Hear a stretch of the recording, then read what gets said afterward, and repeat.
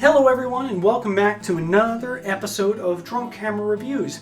This is the part 2 of my Lomo Instant Automat Magellan review, as this one is going to be all about mainly the film, because I've never shot instant film before and I really wanted to get into the actual, how would I say it? Really I don't even know how to fucking say it. Fucking say it, bruv! I really wanted to get into the meat of the instant film genre, because I've never dealt with it before. I've always been a color negative or black and white negative and sometimes slide film kind of guy. Now this is very reminiscent of when I shot slide film, but there was so much more, I would say, limitations to it. But it really got you down where if you nailed it, you nailed it. And if you fucked up, you fucked up. So I'm going to get into that a little bit in a moment. Now the film that I'm using here today, of course, is Fuji's Instax film, which is widely used and insanely popular for a number of reasons. Basically for its, I would say, kind of nostalgia factor, in that you're bringing back an instant medium that people don't have to go out and buy because Polaroids really are only coming back recently, but Instax, that came back, or not so much came back, but that was put out into the market in 1998. Now, that was before, I'm not sure when Polaroid really kind of died out, but Instax has just been kind of feeding this market for instant photography, and they really have kind of nailed it down. I would like to see maybe some finer ISO films, like some, I mean they made FP1, or was it the FP100 and the FB3000? That's what I really would like to see. Now that Instax film itself is 800 ISO, but I feel like it would be really nice to get some very fine grain on these, but it's not really a big picture, so you shouldn't really expect too much out of it. As for now, I have a good amount of photos to show you right now. As you can see, I have about 19 pictures here, because I gave away one of them. It was a picture of a cat. But that is one of the things you can do with Instax film, and that's what makes it kind of nice, is that it basically gives you an immediate print of whatever you're taking a picture of, granted if you got the exposure right, that you can take and put wherever you want, on a fridge, on a wall, in a wallet, wherever you would like to put these things, you can put them there. And I'm not sure about the longevity of them. I've had this camera for maybe less than a month. I'm not sure too much about the longevity of it, but the actual color and the detail on these prints that comes from this camera are pretty solid, and I've got a few here to show you. One of them was a few of these were when I was up on the mountain that is local to my house, and it was mainly during a time where there was a lot of clouds, a lot of snow, and the mountain was completely covered in a cloud layer. And I'm just going to adjust the focus real quick. Now, start off with, this was at the top of the mountain at what we call Ladybug Point. And this was kind of a neat shot. I really like the trail marker, or not so much the trail markers, but the trail maps that are on this wooden platform, just kind of in a fog. It was very, very eerie up there, and I really kind of wanted to capture that with a lot of the photos that I did take. And this was at the same point. This is actually the bend itself. Now this road basically goes around this point and goes back the other side of the mountain. Now there is not too much detail in this, but you get a really nice feeling from it. I really like the kind of symmetry that this gives you. And here is another photo from that section. This was right next to where those signs were. There's some nice rocky areas, and I love all the pine trees up there. Living in Arizona, you don't really get, being from Pennsylvania, moving to Arizona, you really don't get the same kind of foliage out here. So it's nice to have all of these pine trees here, and you get a lot of really familiar scenery out here, at least on the mountain. And here's a few shots where I wanted to explain the exposure system on the Lomo Instant camera, and that is that it will expose for the sky but not for the foreground. And as you can see, the foreground is completely lost. I mean, you see the one little tree on the right, but the foreground is really gone. And that is kind of a problem that instant film does have. You'll either lose the shadows or you'll blow out the highlights. There's kind of no in between unless you're shooting in a very controlled lighting scenario. But that's just one that I wanted to take just because I love that view out onto the valley. It's very, very nice. Now, probably my favorite photo, and one of the other things that comes with this little kit, is these little photo stands. Now this is the road that goes up near the cabins in the mountain.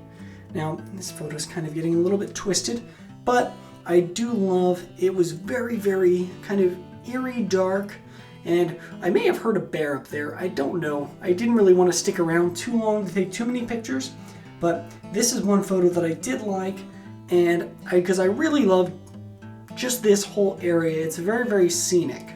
Now, the next place where I wanted to test this photo, or test this camera, was at Arizona Matsuri Festival, which happened about 2 weeks ago. And it's probably one of my favorite things because it's a lot of Japanese culture, and it was just a really beautiful setting to take some photos. They had a lot of bonsai trees, which you can see in the background. And this is one of them, which this is where I was talking about the composition and the no parallax correction on this camera, because I was framing up I was framing to get more of the background than more of the foreground of this shot. But since I wasn't paying attention to where the lens was actually pointed, this came out kind of angled downwards, and you can almost read the sign that is on the bottom there. But unfortunately, that's kind of one of the things that struggles about this camera, is because of that parallax correction. Now, this was another shot which shows off the slight amount of flaring that this camera does give off if shot in the right light conditions. There's a small little bit of flare right there, and it doesn't detract from the photo. Honestly, it kind of looks like a moon of some sort, but you can really see it in the slats on this structure, that this camera really does give you a good amount of detail, which I honestly enjoy because I like sharp lenses. I mean, I love my Leica lenses, I love my Olympus lenses. They are tack sharp, and this camera definitely is one of the sharper of the Instax line. And let's see, we've got another one here of another bonsai tree, and we'll get that in focus. But this is one where I shot it and I added a little bit of exposure compensation, the one stop of exposure compensation, and you can really see that it did bring out a decent amount of foreground detail, but the highlight detail really just kind of goes away, especially in the background over here.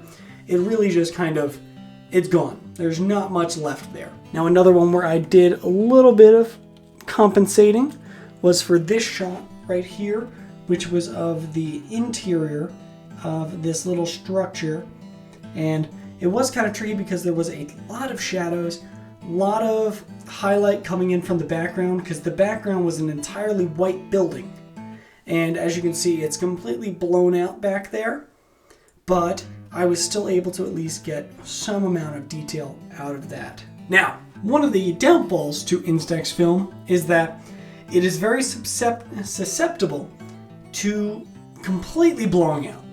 Now, if you get, like in this photo, there was a flare coming from the sun on the car that was there, and as you can see, it actually completely blew that out. And there's actually a little spot, you can't really see it, but there's a black spot where the sun basically completely baked this film. Like, there's no detail left there. It made a black dot where the sun was exactly shining off of the car into the camera. It's kind of wild. I've never really seen something like that before. Even I don't even think I've ever overexposed something so much where it would get something like this, but it happened, and that is one of the drawbacks to instant film, is that it's super easy to blow something out if you're not too careful about what you're actually shooting. And I made that mistake once, and I will not make it again. Now here's a photo that you can really see the vignetting that comes from this camera.